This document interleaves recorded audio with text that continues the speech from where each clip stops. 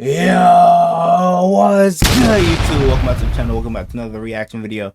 We got Drake Maye is here to save the Patriots. Let's check this out. First big question in the 2022 Can Drake Maye save the Patriots Washington was going to take from being one of the worst teams in the league? Really going to dictate who the Patriots would then go at 3. And we got our answer. They did a nice job with surrounding them with pretty good weapons with Jalen Polk and Javon Baker in the draft. Wide receiver core is still not the best, but those two are definitely going to be a huge part of that offense. Now that they lost Devontae Parker. Is Juju still on the roster? If he is, that'll be a pretty solid trio, I guess. Even though Juju is not how he used to be. It was a 2-year starter for Roy Williams. His other brother Cole May broke the tradition of going to UNC and was a pitcher at Florida and even won the 2017 College World Series while there. It's safe to say that Drake Maye comes from an athletic family.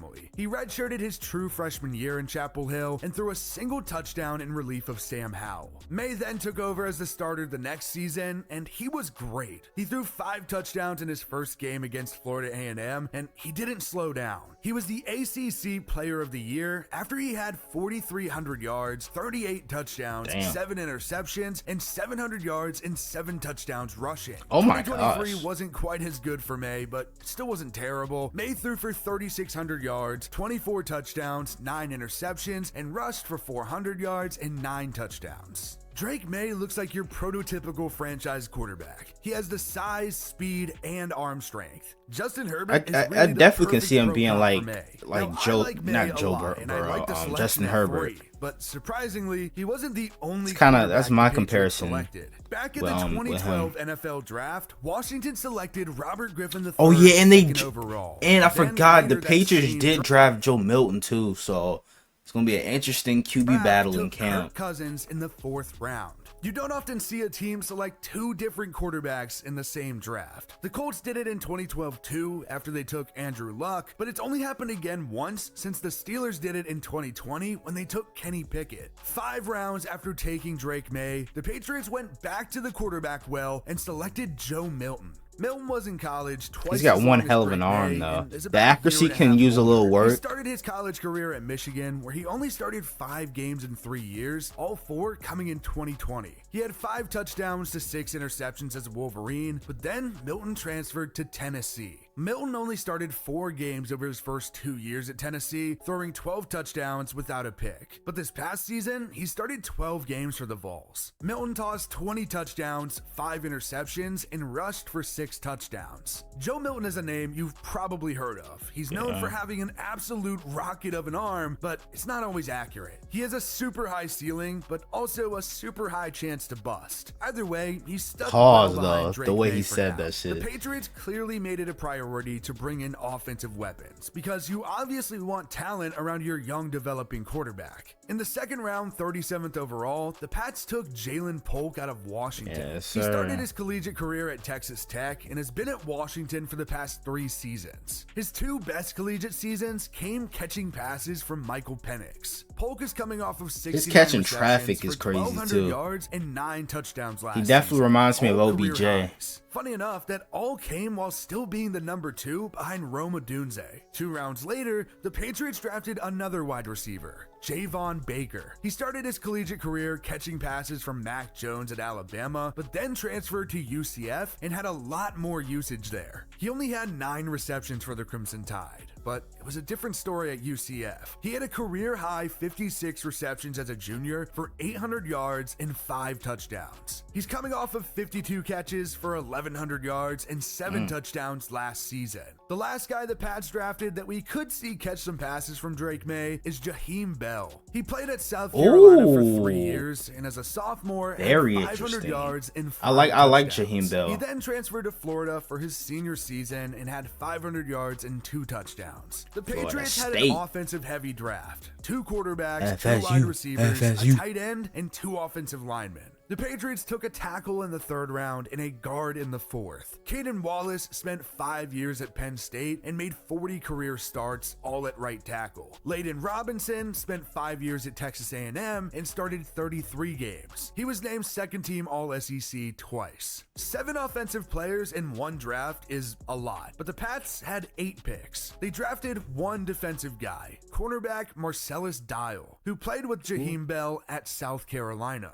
He began his collegiate career at Georgia Military College before transferring to the Gamecocks, where he had 114 tackles and 3 picks over 3 seasons in Columbia. Focusing on the offense at the draft was a good call. The Patriots needed better playmakers, especially now with a rookie quarterback. You really cannot set up Drake Maye to fail the same way Mac Jones was. Nah, for real. And they're wearing the same number too, bro. Would be a bit of an understatement. Kendrick Bourne signed a 3-year, $19.5 million contract this offseason. Oh, I forgot about Kendrick Bourne.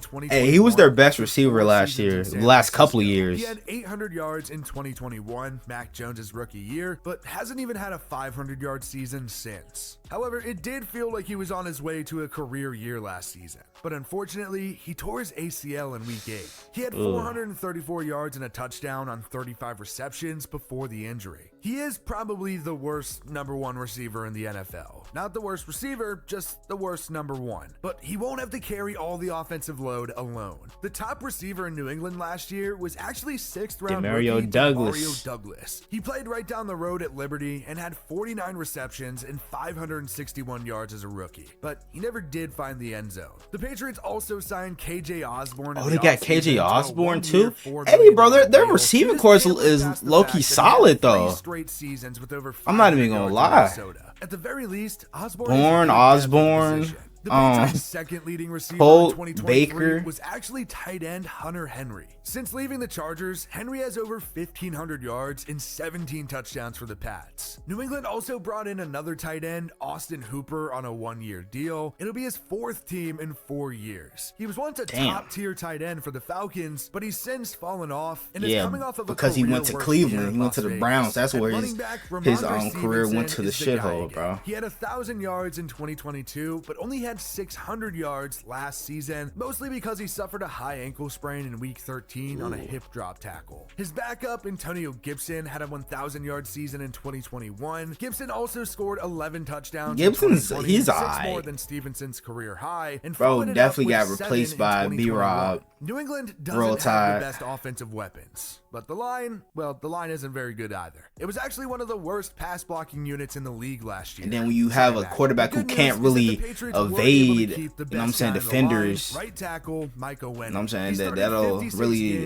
hurt you in the long run, because Mac Jones was stiff as a fucking board in the backfield. Drake Maye is more athletic and can evade edge rushers, pass rushers, whatever. You know, both 4th rounders in 2023, and left guard Cole Strange was the 29th pick in 2022. I also just want to make it known that longtime starter at center David Andrews is returning, but is currently slated behind Jake Andrews. Not sure if that lasts, but just want to make a note of it. It's not a great offense, and that's another reason why we might see Drake Maye sit. Jacoby Brissett was signed for a reason. He played for the Pats as a rookie back in 2016, and he's back in New England with 48 career starts under his belt. The quarterback room is a bit crowded right now. In addition to Maye and Joe Milton, the Patriots also have 2022 4th rounder Bailey Zappi. I'll be honest, it's kind of weird seeing the Patriots searching for a franchise quarterback. Quarterback was so stable for so long with Tom Brady before he decided to leave. Days are now gone. And go win a championship with the Bucks. Patriots tried 1 season of Cam Newton before drafting Mac Jones 15th overall in 2021. And contrary to what he's been for these past 2 years, Mac Jones was very good as a rookie. Mac made the Pro Bowl and took the Patriots to the postseason. He threw for 3,800 yards, 22 touchdowns, and 13 interceptions. That was easily his best season in New England. But then it all fell apart. He went on to go 6-8 and had 3,000 yards, only 14 touchdowns, and 11 interceptions in 2022. But Mac was even worse this past season. He went 2-9 in his starts and threw for 2,100 yards, 10 touchdowns, and 12 interceptions. Oh my gosh. The Patriots decided that he just wasn't the guy and sent him to the Jaguars for a pick that like, it's not fair to really judge him off of being, you know what I'm saying, bad on the Patriots, who didn't have the supporting cast for him to be great. Like, he was not really set up for success as a Patriot. He was great at Alabama because he had weapons. But now that, you know what I'm saying, the Patriots didn't have anybody there to really make him good, he sucked. He sucked horribly. Was used to select Joe Milton. On top of all Like, that, you gotta at least also help parted your ways rookie with QB longtime out, head or your coach young Bill QB, because he Belichick wasn't a in favor rookie of yet Gerard when he sucked Mayo horribly. played for the Patriots from 2008 to 2015 and has been the inside linebackers coach since 2019. He knows the franchise very well, and the new era of New England football is in his hands. His first task, find a franchise quarterback, and hopefully that's Drake Maye. Hey man, that's gonna do it. Wanna know what you guys think? Is Drake Maye gonna save the Patriots, bro? Y'all let me know down in the comments below. Hope you guys enjoyed the video. If you did, make sure you guys like, comment, subscribe to the channel if you're new. Turn on our post notifications, get notified whenever I drop another banger video. And without further ado, I'm out. Gang!